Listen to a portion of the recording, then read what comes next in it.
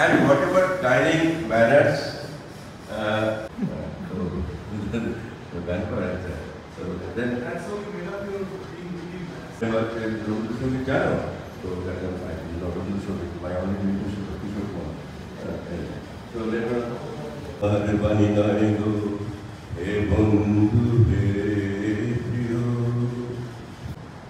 class 5 থেকে passed out in 11th অবধি he was a maths teacher. পরে of course আরো এসে কিন্তু আরেক স্যার আমাদের maths practice will end up with a story, a গল্প আমরা শুনতে পারি। So that was all about the academics part. কিন্তু স্পোর্টস ফিল্ডে তখন কিন্তু if you really see the teachers who came in, they were very young, in their 20s, mid or late 20s at most. And they were all, as in the hostel, in the playground, in the dining hall, or in the NCC parade ground, যেখানে যাও এই এনাদের নিয়ে আমাদের life ছিল। So কি বলবো ওনারা মানে care which he took of all of us, এবং ওনারা যেভাবে প্রত্যেকজন উনি তো He's shaped the career of so many of us in school. I mean, honestly বলতে গেলে আমি ম্যাথসে খুব উইক ছিলাম না, আমি ক্লাস না ভালো নাম্বার নিয়েছিলাম 95 মতো, but when I reached in I used to take tuitions বাড়িতে, and then I approached sir যেটা আমার কোনো জায়গায় নেই। So then I had to tell my father, বাবা কিছু করো। So my Baba was a retired chief engineer from DVC. So Baba গেছিলেন আমার স্যারের কাছে, তো sir then agreed after meeting my father, and he taught me for 2 years, and thanks to him that I got good marks, not 95 but 45 marks is thanks to RN sir. And what sir after raising his voice after doing what sir so happened that I lost my dad on 30th of April, and then we lost him. God bless him. I am sure they can thank him sir, bhalo thakbe, and thank you Riya for giving me the chance to come over here and speak. সেই জন্য আমি একটা অন্য আসতে sir ভালো teacher ছিলেন, মানে এ নিয়ে কোনো প্রশ্নই নেই, কিন্তু এবার একটা হিউম্যান বিং পার্ট আছে। তখন sir house master table house 1967 থেকে 68-69 পর্যন্ত উনি ছিলেন আমাদের অ্যাডজাস্ট ওই ফ্লোরেই আমাদের রুম ছিল। 1967 আমার বাড়ি থেকে সামার ডিসেম্বর 50 কলেজকে স্যার নিজের হাতে তৈরি করতেন। আচ্ছা আমি তো 65-এ বিয়ে হয়েছে, আমি তো ছিলাম না, আমাকে ওই সময় একটা করে যাই হোক জিনিসটা অন্যদিকে বলে যাচ্ছে। যাই হোক 67 আমার প্রশ্ন মনে আছে, কারণ দোষী কাগজটা কোন ইয়ারে তাহলে বিয়ে হচ্ছে 75 আমি 65 6জন লোক ছিল, 6জনের মধ্যে এদের কাছে পিনাকি সিনহা আর সমীর চক্রবর্তী অ্যাডমিনার তো ছিল, আমিও ছিলাম। তো যাই হোক, so I am very fortunate. শুধু অঙ্ক নয়, আর দুর্ভাগ্যবশত স্যার যখন শুনলো আমার বাবা বলতো যে আমি ছেলে তো ডাক্তারি পড়াবে, স্যার আমার এত শখ, এই আরেকজন পাইলট হয়ে এসিএম হয়ে গেল, এয়ার চিফ মার্শাল হয়ে গেল, এটাও অঙ্কে ভালো ছিল। স্যারের সব ভালো অঙ্ক, সব বিভিন্ন জায়গায় অঙ্ক বাদ দিয়ে আছে। স্যার বলেছিল আমার খুব বেড়ে যাচ্ছে, এই ছেলেগুলো সব অন্য লাইনে চলে গেল। যাই হোক, কিন্তু মানে স্যারের মতো টিচার মানে হিউম্যান বিং, মানে এত স্নেহময়, অথচ সবসময় আমি দেখেছি ওটা না মডার্ন, মানে একটা নতুন কিছু পেলে কম্পিউটার ওয়েস্ট বেঙ্গলে বোধ হয় শুরুই হতো না। স্যার জোর করে যুদ্ধবসুর সঙ্গে ঠিক করে নিয়ে আমার চালু করতো, কারণ শুরুই হতো যে number of books he has from computer education from school, মানে এই তো ভাবা যায় না। উনি আরও ভালো বলতে পারবেন, একটু আগে থেকে বলি। তো স্যারেরও যে মডার্ন আউটলুক, একটা আমি রিপিট করছি, এবং সেই জন্যই মানে যাই পড়াতেন ওটা একেবারে মানে আত্মস্থ হয়ে। Thank you.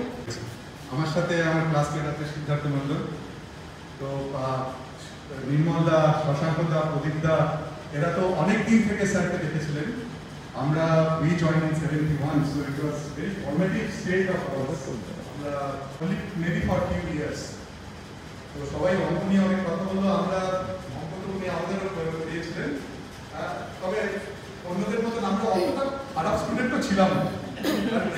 আমাদের ক্লাসে মোটামুটি almost everyone majority of engineers, তো অঙ্কের ফাউন্ডেশনটা আমাদের ডেফিনেটলি ভালোই হয়েছিল।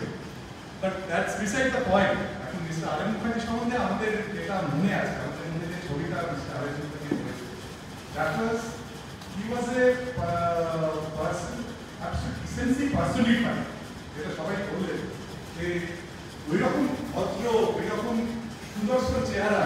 I don't know whether man selected him or he selected man, but then he would have been a heart of many at that age. আর সবচেয়ে ভালো যেটা মনে আছে আমাদের, উনি নেভাল ইন্সট্রাক্টর। সেই নেভির সাদা uniform with white stockings and shorts পরে, হ্যাঁ, ইনফ্যাক্ট আমি I retired from the navy as captain, he is in air force captain. তো সেই মানে মিস্টার আর এম মুখার্জির সেই চেহারাটা এখনো আমাদের মনে একেবারে পরিষ্কার রয়েছে। তারপরে ওনারা সবাই যখন লামার্সে চলে গেলেন, we are very sad of course. ওনার সাথে আমার একবার দেখা হয়েছিল লামার্সে যাওয়ার পর। তারপরে আমাদের সম্বন্ধে মানে এখানে বেশ না থাকার কারণে আর খুব একটা দেখাশোনা হয়নি। But that's all. I feel very privileged আজকের দিনে এসে that I am able to remember Mr. R M Mukherjee. He has always been আমাদের কাছে একটা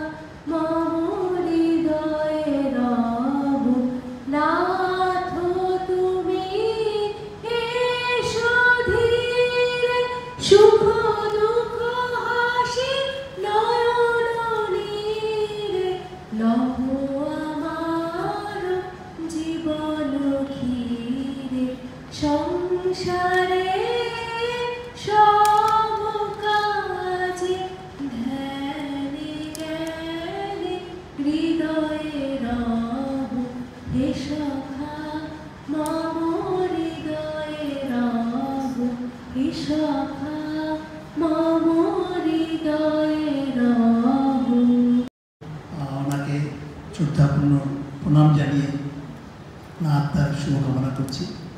আর আজকে ম্যাডাম রিয়া যে আমাদের এই অপরচুনিটি দিল ওনার বিষয়ে কিছু বলবার, স্মৃতিচারণা করব, তার জন্য আমি ধন্যবাদ জানাচ্ছি। আমি 1965 সালে জয়েন করেছিলাম সৈনিক স্কুল পুরুলিয়ায়। তখন খারাপ ছিল বন্ধুবান্ধবের জন্য। তো সেখানে আমার ক্লাসের সিনিয়র বলবো শশাঙ্ক 161, রোল নাম্বার ভাস্কর চ্যাটার্জি 143, তারপরে আরও অনেকে ছিল, অশোক শাহ, মোহনানন্দ পাণ্ডে। এরা কিন্তু আমাদের অনেক সাহায্য করেছিল ওখানে স্ট্যাবিলাইজ করার জন্য। তবে প্রথমে গিয়ে আমি দেখলাম যে শশাঙ্ক, ভাস্কর, এরা সবাই আমার থেকে 1 বছর আগে জয়েন করেছিল। তারা কি সুন্দর ফ্লুয়েন্ট ইংরেজি বলছে, আমি কিন্তু ইংরেজি জানতাম না। তো হচ্ছে এদের মতো আমরা কবে ইংরেজি বলতে পারবো, আর ওখানে তো ইংরেজি কম্পালসারি ছিল। তারপর আমি হিন্দিও আমার জানা ছিল না আগে, মানে শুধু হিন্দি এটা অক্ষরগুলো আমি লিখতাম, কিন্তু বাংলার ল্যাঙ্গুয়েজ প্রথম টেস্টে তো 0। তারপরে কী করে আমি এখানে টিকতে পারবো। আসলে আমি ভর্তি হয়েছিলাম কিন্তু একটু পুশ করে। আমার জামাইবাবু ছিলেন পুলিশে, উনি কিন্তু কর্নেল মজুমদারকে চিনতেন। উনি বলেছিলেন আমার শালাকে কিন্তু ভর্তি করতে হবে।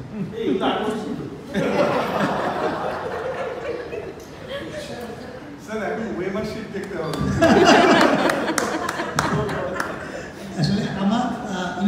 মোটিভেশন ছিল সৈনিক স্কুলে জয়েন করবার জন্য আমার দুই ভাগ্নে, মানে আমার দিদি দুই ছেলে, অনুব্রত ভাদ্র। আমি যখন ওখানে পৌঁছই দেখি অনুব্রত স্কুল ক্যাপ্টেন, আর ও আমাকে মামা বলে ডাকতো। তা আমি স্কুলের সবাই মামা হয়ে গেলাম। আর ওর অন্য ভাই, ছোট ভাই, সে ছিল স্বপন ভদ্র, সে RIMC-তে ছিল, খুব ভালো রেজাল্ট করে আর্মিতে জয়েন করে। তো এরাই আমাকে ইন্সপায়ার করেছিল সাইন্স স্কুলে জয়েন করবার জন্য। তো ওখানে পৌঁছে আমি যা দেখলাম যে আমার এখানে টিকে থাকাই মুশকিল হবে। দুটো পরীক্ষার, যখন আমার পরীক্ষার ফল খুব খারাপ, তখন কর্নেল মজুমদার আমাকে বললেন, Arup, this is your last chance. এইবার যদি পরীক্ষা ভালো না হয় তাহলে কিন্তু আমি তোমাকে হেল্প করতে পারবো না। এই সময়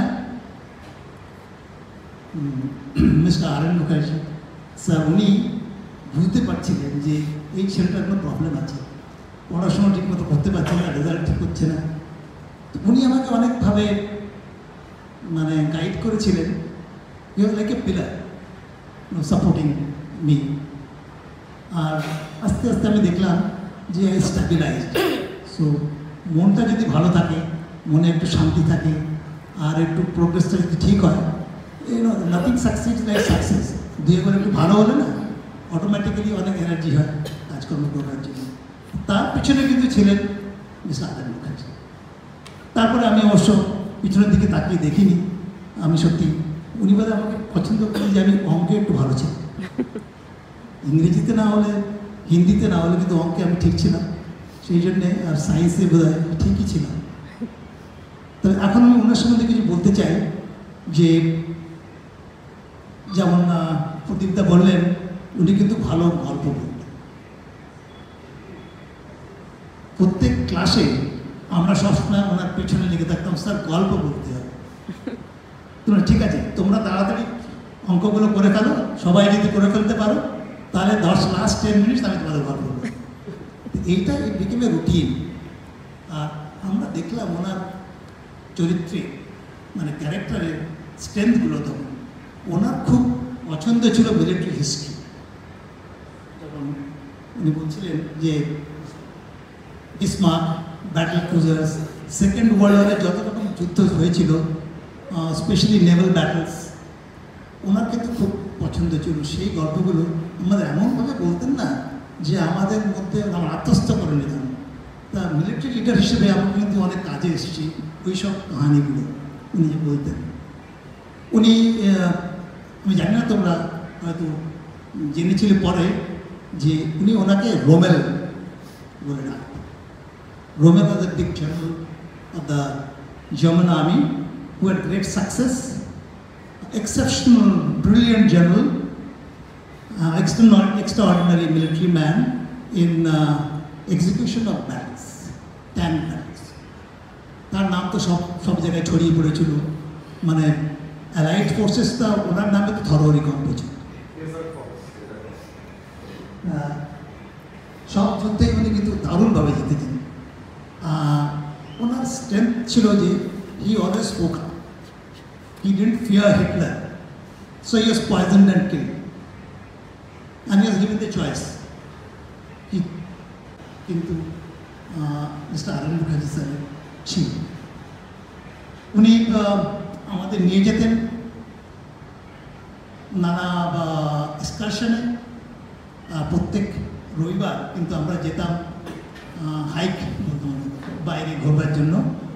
টিচাররা সাধারণত আমাদের নিয়ে যেতেন, কিন্তু আমরা বেশিরভাগ ওনাকে খুব পছন্দ করতাম, ওনার রূপে যাওয়ার চেষ্টা করতাম। আর it is to a great fun going with him out for excursion. ছুটির সময় উনি কিন্তু আমাদের ট্রেনে করে নিয়ে আসতেন আর যাওয়ার সময় নিয়ে যেতেন। That also was a great event. এইসব জিনিসগুলো সেই ছোটোবেলা থেকে অ্যাজ এ স্টুডেন্ট আমার মনে আছে, যেই ফাউন্ডেশনের উপরে আমরা ভালো প্রফেশনাল হতে পেরেছি। আর ওনাকে নমস্কার জানিয়ে আমি এখানে শেষ করছি।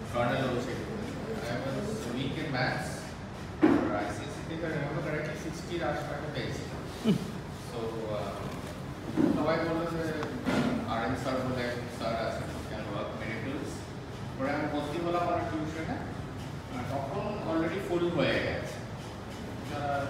ভালো ভালো স্টুডেন্ট ছিল, তারা সব স্লটস নিয়ে নিয়েছে। রবিবার দিন সকাল 9টার সময় স্লটটা দেওয়া হলো। আস্তে আস্তে ধীরে ধীরে আমি এনজয় করতে শুরু করলাম। রবিবার দিন উঠে আমি চলে আসতাম স্কুলে, মডারের মধ্যেই ক্লাসটা হতো। এবং এটা আমি এখন বুঝি যে ম্যাথস পাওয়ার অফ লাইফ। অন্য টিচাররা যারা করতে ম্যাথসে অসুবিধাটা বোঝা যায়, ম্যাথসকে কীভাবে ইজি করা যায় সেটা আমি বোঝা যায়। আমাদের অনেক চাপ ছিল, আমরা আইসিএসসি বোর্ডের স্টুডেন্ট, পরে আইএসসি আমাদের জয়েন্টের বইও পড়তো এই সময়, আমাদের নিট এগুলোর উপর ছিল না। তো আমাদের দুটো বই পড়তে হতো এবং 5-6টা মিশন করতে হতো। তা সত্ত্বেও আমরা চেষ্টা করেছিলাম ম্যাথসে টাইম দিতে এবং রেজাল্টটা ভালো হয়েছিল, 95 পেয়েছিল। তো ওনার কিরকম ওয়েটা ছিল ইন্ট্রোডিউস করার বা কথা বলার, যখন আমি আমাকে মিষ্টি দিতে গেলাম তখন অলরেডি পরের ব্যাচের স্টুডেন্টরা ক্লাস 10 থেকে 11 পর্যন্ত ওরা পড়ছে স্যার। নম্বরে এন্টার করলাম, দেখো অবশ্যই গেছিল, পড়াশোনা করেনি, তাই 95 পেয়েছে। আমি এমনি করলাম, তখন আমি ম্যাথসের সাথে ক্লাসটা ছাড়ি। আমি মেডিকেল স্ট্যাটিস্টিক্সের উপর পড়াশোনা করেছি, স্ট্যানফোর্ড থেকে আমি অনলাইন কোর্স করেছি। আর আমি অনলাইন আর অফলাইন অনেক সফটওয়্যারে কোর্স করেছি। যখন আমি পিজিতে বসতেছিলাম, আমি কলকাতার বাইরে বসতেছিলাম, একটা পড়াশোনা প্রত্যেকটা কোর্সে আমি এটা বলেছি যে আমি dedicate this course doctor R Mukherjee was my teacher. Unfortunately সেটা কোনো ডকুমেন্টেশন নেই। এখন রেকর্ড হয়ে গেল।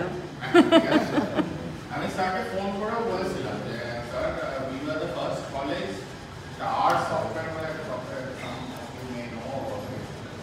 ওপেন সোর্স ফ্রি সফটওয়্যার, খুবই ইজি ইউজ করার। Art software we are the first medical college India যারা 6 দিন ব্যাপী একটা কোর্স করেছিল অন আর্ট, একটা ওয়ে ব্যাক ইন ডিসেম্বর 2017। আমাকে ফোন করে জানিয়েছিল, he was happy about it. But as somebody said সব ভালো স্টুডেন্টরা অন্য লাইনে চলে গেছে, আপসেট ছিলেন এবং had this thing from people যারা ম্যাথসে ঢুকেছিল। I don't know anybody যারা পরে ম্যাথস করেছিল, যারা ওনার students, I don't really know anybody। সবাই সত্যি অন্য লাইনে চলে গেছিল। আর ম্যাথসের সময় আমার আরও আছে, I am pretty good at maths, even if I'm saying so myself। আর আমার লাস্ট ইন্টারাকশনটা ওনার সাথে হচ্ছিল যখন আমি ফর্চুনেটলি কোভিডের সেকেন্ড ওয়েভে ভর্তি হয়েছে। তখন আমি create a part in this treatment, বেলভিতে যার আন্ডারে ছিলেন ডক্টর জামান, তারপর coordinated treatment in the very last.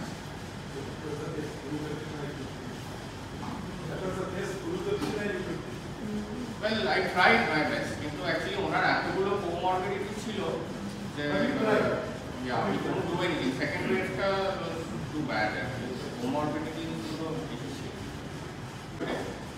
ওনার মতো টিচার আর কখনো হবে না, হতে পারে না, because maths to a different level. You can relate to what I am saying. তো ওনাকে প্রণাম, থ্যাংক ইউ সো মাচ।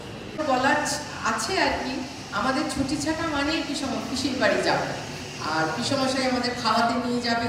যদিও উনি সময় পেতেন না, কারণ ব্যাচ স্টুডেন্ট থাকতো, কিন্তু পিসিকে বলা থাকতো যে আমরা যাতে খেতে পারি, সিনেমা দেখতে যেতে পারি। সেটা একটা খুব আনন্দের বিষয় ছিল আমাদের ছুটিতে পিসির বাড়ি যাওয়াটা। ওনাকে শ্রদ্ধা জানি, আজকে ডিএল রায়েরও জন্মদিন, ওনাকেও শ্রদ্ধা জানি। একটা ডিএল রায়ের গান গাইছি। বেলা বয়ে যায় ছোট্ট মনের বাঁশি তরি, সঙ্গে কে কে যাবি আয়। বেলা বয়ে যায় ছোট্ট মনের বাঁশি তরি, সঙ্গে কে কে যাবি আয়। বেলা বয়ে যায় দোলে হার বকুল জ্যোতি দিয়ে গাঁথা সে, রেশমি পাল উড়ছে মধুর মধুর বাতাসে। হেলছে তরি দুলছে তরি, ভেসে যাচ্ছে দরিয়ায়। ছোট্ট মনের বাঁশি তরি, সঙ্গে কে কে যাবি আয়। বেলা বয়ে যায় ছোট্ট মনের বাঁশি সঙ্গে কে কে যাবি আয়। যাত্রী সব নূতন প্রেমিক নূতন প্রেমে ভোর, মুখে সব হাসির রেখা চোখে ঘুমের ঘোর। যাত্রী সব নূতন প্রেমিক নূতন প্রেমে ভোর, চোখে সব হাসির রেখা চোখে ঘুমের ঘোর। বাঁশির ধ্বনি হাসির ধ্বনি উঠছে ছুটে ফোয়ারায়, বাঁশির ধ্বনি হাসির ধ্বনি উঠছে ছুটে ফোয়ারায়। ছোট্ট মনের বাঁশি তরি সঙ্গে কে কে যাবি আয়। বেলা বয়ে যায়, পশ্চিমে জ্বলছে আকাশ সাঁঝের তপনে, পূর্বে ওই ফুলছে চন্দ্র মধুর স্বপনে। পশ্চিমে জ্বলছে আকাশ সাঁঝের তপনে, পূর্বে ওই ফুলছে চন্দ্র মধুর স্বপনে। করছে নদী কুলধ্বনি বইছে মৃদু মধুর বায়। ছোট্ট নদীর বাঁশি তরি সঙ্গে কে কে যাবি আয়। বেলা বয়ে যায়, ছোট্ট নদীর বাঁশি তরি সঙ্গে কে কে যাবি আয়। বেলা বয়ে যায়। আমাদের খুব সৌভাগ্য এই যে স্যার নামাজির এসেছে, আপনাদের সবাইকে মানে দাঁড় করিয়ে দিয়ে তাদের একটা সাংঘাতিক বেস তৈরি করে তার কাজ সেখানে শেষ হবে। তিনি 70s-এ লামার্টনে এসেছেন এবং আমি লামার্টনে 79-এ ভর্তি হয়েছি ক্লাস 1-এ। তখন চিন্তাম না স্যার ক্লাস 1 না, তখন ক্লাস 1-এ পড়ি। স্যার তখন অনেকে এসে গেছে, সিনিয়র একজন একটা ক্লাস। তখন একটা হকি ম্যাচের রেফারি হয়েছিল, সেটা আমার আরেক বছর প্রথম আলাপ। And I remember him pulling out one of my co-players যে না ফাউল করছে।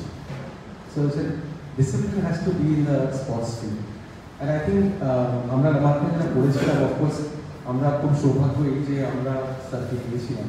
শুধু আমি না, প্রবলি এখানে যেহেতু অভিষেক আর আরেকজন ছাড়া মানে বেশি কেউ লামার্টনে নেই, অফকোর্স ভয়েস করে কথা বলছি।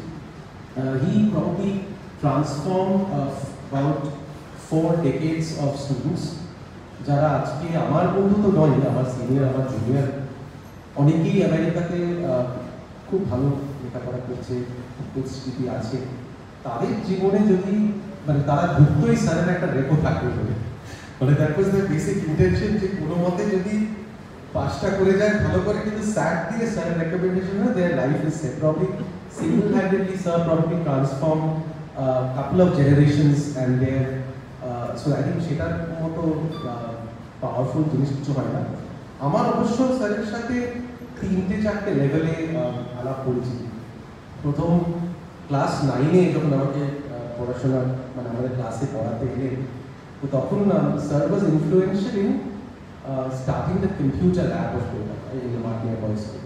সো সেই সময় মানে স্যারের সাথে প্রথম পরিচিতি এবং স্যারের পরিবারের সাথে আমার প্রথম আলাপ। Class 9 it was 1987 computer lab শুরু হচ্ছে, 6টা কম্পিউটার এনে হয়েছে, সেটা ফিতে কাটা। স্যার নিজে থেকে কম্পিউটারগুলো খুলে রেখে চাবি দিয়ে শুনবেন। And I was probably selected one of the students যে আর কি মানে কম্পিউটার দেখাবে করে হচ্ছে, বাইনারি একটা কোড ছিল, এখন হয়নি ঠিক, but it was absolutely thrilling যে এরকম একটা জায়গায় আমি সেই সুযোগ পেলাম। অনেক ক্লাসে তখন I was like totally proud. Class 9-এ আমি মাকে এসে বলছিলাম আমি কম্পিউটার ল্যাব ইনঅগ্রেট স্কুলটাকে পরিবর্তন করবো। সেটা আমার ভাইও স্যারের কাছে পড়াশোনা করছি, হি ওয়াজ ইন জেভিয়ার্স। তারপরে ওয়ার্কের আমি জানতাম যে স্যারের কাছে পাঠিয়ে দেওয়া মানে one part admission fees. So it was like going and giving that মানে sign off that. I was also sir is one of them. And it was my